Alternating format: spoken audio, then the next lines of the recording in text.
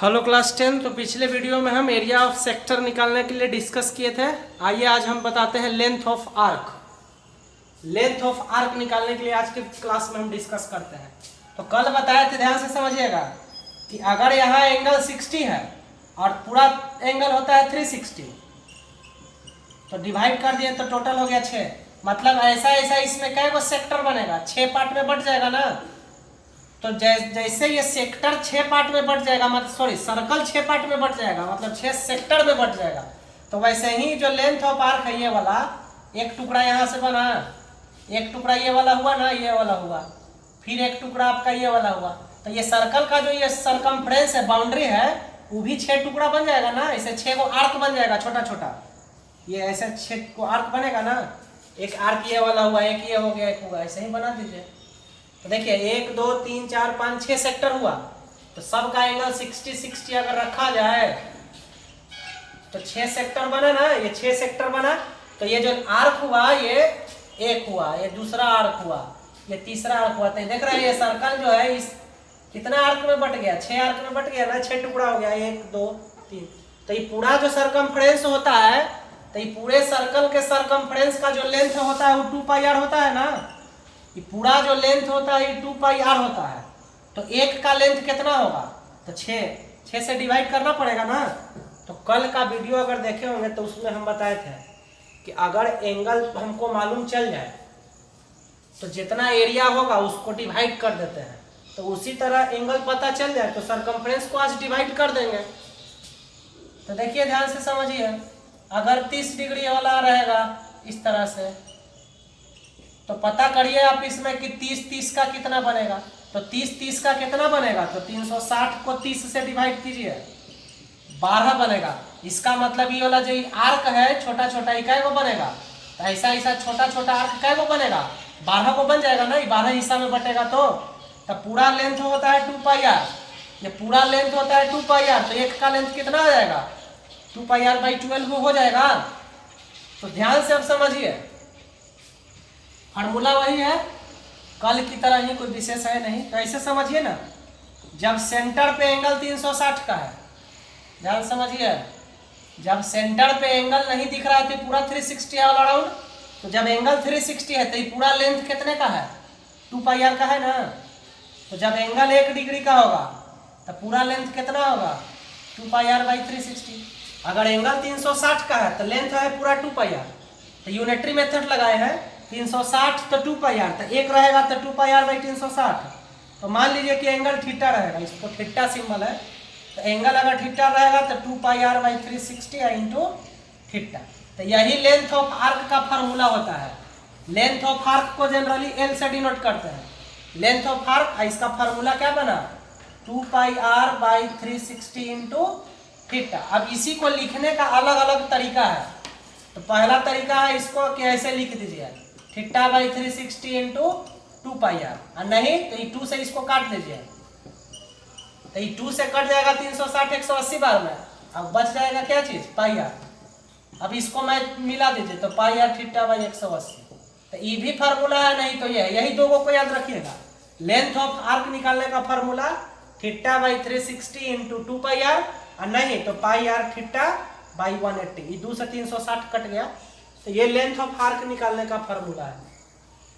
कल बताए थे सेक्टर के एरिया निकालने का फार्मूला।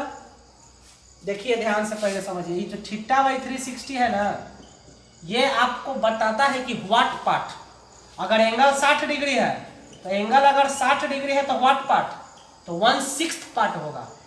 यहाँ पे तो रहेगा टोटल।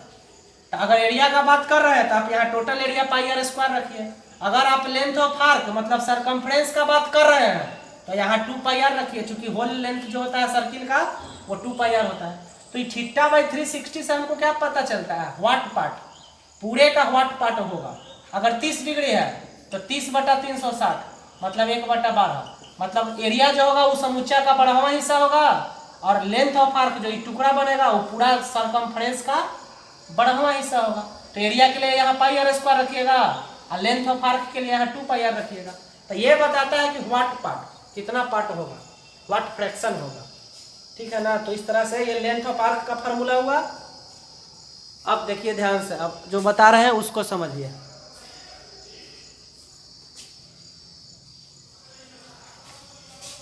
अब लेंथ ऑफ आर्क और एरिया ऑफ सेक्टर में देखिए, तो अब एरिया ऑफ सेक्टर तो ए से डिनोट करते हैं। तो एरिया ऑफ सेक्टर का कल फार्मूला बताए थे, theta by 360 into pi r square. Theta जो होगा वो सेंट्रल एंगल को डिनोट करता है। अब देखिए जरा ध्यान से, इसी में इसको हम लोग ऐसे लेके आगे बढ़िए, थीटा बाई 360, ये पाई आर स्क्वायर है ना, तो इसको हम लिख दिए 2 पाई आर। ध्यान से समझिए, तो ये 2 एक्स्ट्रा में आ गया, तो यहाँ कैंसिल करने के लिए 2 लिखेंगे, और पाई आर स्क्वायर था बट यहाँ आर है तो यहाँ आर लिखेंगे। ध्यान समझिए, ये 2 और 2 बैलेंस हो रहा है ना, कट जाएगा तो, अब बाकी पाई आर आर, तो पाई आर स्क्वायर आएगा। तो इस पाई आर स्क्वायर को हम ऐसे कर दिया, थीटा बाई 360 तो रह गया, इसी को हम लोग ऐसे लिख दिया। अब ध्यान से समझिए, ये सब मल्टीप्लीकेशन में है, तो into 2 pi r into r by 2, bracket हटा दिया। अब इसको इसके साथ ले लिया, तो अभी जस्ट बताए हैं कि theta by 360 into 2 pi r, किसका ये फार्मूला है, ये लेंथ ऑफ आर्क का ना फार्मूला है, theta by 360 into 2 pi r. तो ये लेंथ ऑफ आर्क हो गया, इधर से बच गया आर बाई 2। तो ये एरिया, तो एरिया ऑफ सेक्टर और लेंथ ऑफ आर्क में ये रिलेशन है। तो area is equal to 1/2, half कर दीजिए आगे, एल इंटू आर, ऐसे भी लिख सकते हैं ना, ऐसा गुना में ना है, एल आर ऊपर रहेगा नीचे 2 रहेगा। तो एरिया ऑफ सेक्टर, ध्यान दीजिए, area of sector 1/2 into length of arc into radius, ये भी होता है। तो ये फार्मूला आपका रिलेशन बता रहा है एरिया ऑफ सेक्टर और लेंथ ऑफ आर्क में। तो इस पॉइंट को आप नोट कर लीजिए, इसको ध्यान रखिएगा। Area of sector is equal to 1/2 into L into r. तो एल का मतलब लेंथ ऑफ आर्क होता है, और आर का मतलब रेडियस होता है। तो इसको समझ गए होंगे। अब अगला समझिए, देखिए अगला है perimeter of sector. Perimeter of sector का ध्यान दीजिए, ये सेक्टर है ना, अच्छा ये क्या है, ये तो रेडियस है, और ये क्या है, ये रेडियस है, और ये क्या है, ये लेंथ ऑफ आर्क है ना, एल है। तो एक काम करिए, कंफ्यूजन नहीं हो, हम इसको हटा देते हैं, तो आपका यही ना सेक्टर बच गया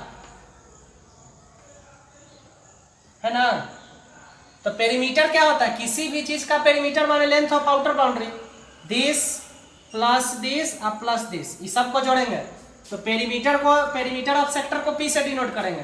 तो पेरीमीटर निकालना है तो सबको जोड़िए, O A plus O B plus A B, और ए बी पे ऐसे कर्व दे दीजिएगा, कर्व दीजिएगा तभी आर्क होगा। केवल ए बी लिखिए, देखिए केवल ए बी लिखा हुआ है तो ऐसे हो जाएगा कॉर्ड, केवल ए बी का मतलब स्ट्रेट डिस्टेंस हो जाएगा, ये कॉर्ड हो जाएगा। तो हमको ये डिस्टेंस चाहिए आर्क ना, तो आर्क के लिए ऊपर से ऐसे कर देना है। तो पेरीमीटर के लिए इसको जोड़ना पड़ेगा। तो ओ ए कौन सी है, देखिए ओ ए आर है, ओ ए आर है, ओ बी क्या है, तो ओ बी भी आर है, ए बी, तो ए बी क्या है, तो लेंथ ऑफ आर्क है, एल है। तो यही पेरीमीटर ऑफ सेक्टर का फार्मूला होता है, यहाँ लिख देते हैं। तो perimeter of sector r plus r हो गया 2r प्लस एल। तो एल का फार्मूला क्या होता है, तो एल का फार्मूला बताए थे ना कि theta by 360 into 2 pi r होता है। तो 2r कॉमन कर लीजिए, तो 2r कॉमन कर लीजिएगा तो 1 प्लस पाई थीटा बाई 360। तो पेरीमीटर का एक फार्मूला भी होता है, सेक्टर के पेरीमीटर का एक फार्मूला होता है, 2r कॉमन कर लिए तो 1 बचा, यहाँ से पाई थीटा बाई 360। तो ये फार्मूला भी याद करिएगा, है ना। तो कल के वीडियो और आज के वीडियो में हम लोग जो भी फार्मूला पढ़े हैं उस पर बेस्ट क्वेश्चन करेंगे अगला वीडियो में। तो पेरीमीटर का इसको भी याद रखिएगा, देखिए डायरेक्ट फार्मूला याद रखिए, और नहीं तो हम लेंथ ऑफ आर्क अलग निकाल लेंगे और ये फार्मूला अप्लाई करेंगे। तो इस फार्मूला को भी अप्लाई कर सकते हैं, इसको भी। तो ये दोनों को ध्यान रखिएगा। तो यहाँ पे लिख देते हैं अभी तक हम लोग जो पढ़े, area of sector theta by 360 into pi r square. दूसरा लेंथ ऑफ आर्क तो theta by 360 into 2 pi r, इसको 2 से काट के भी लिख सकते हैं। तीसरा एरिया का एक और फार्मूला बताया 1/2 L into r, half L r. और पेरीमीटर का फार्मूला क्या बताया 2r प्लस एल, और नहीं तो पेरीमीटर का एक फार्मूला ये और आया 2r into 1 plus pi theta by 360। तो इतना ही हम लोग कल के वीडियो और आज के वीडियो में पढ़े। तो ये सब सारा चीज को कंप्लीट रखिएगा। अब इस पे बेस्ट कुछ क्वेश्चन हम लोग करेंगे सेक्टर से रिलेटेड, सेक्टर से रिलेटेड इतना ही सारा चीज़ है जिसको आप लोग को जानना है। अब इस पे बेस्ट क्वेश्चन करेंगे 2-4 वीडियो, उसके बाद हम लोग सेगमेंट में चलेंगे।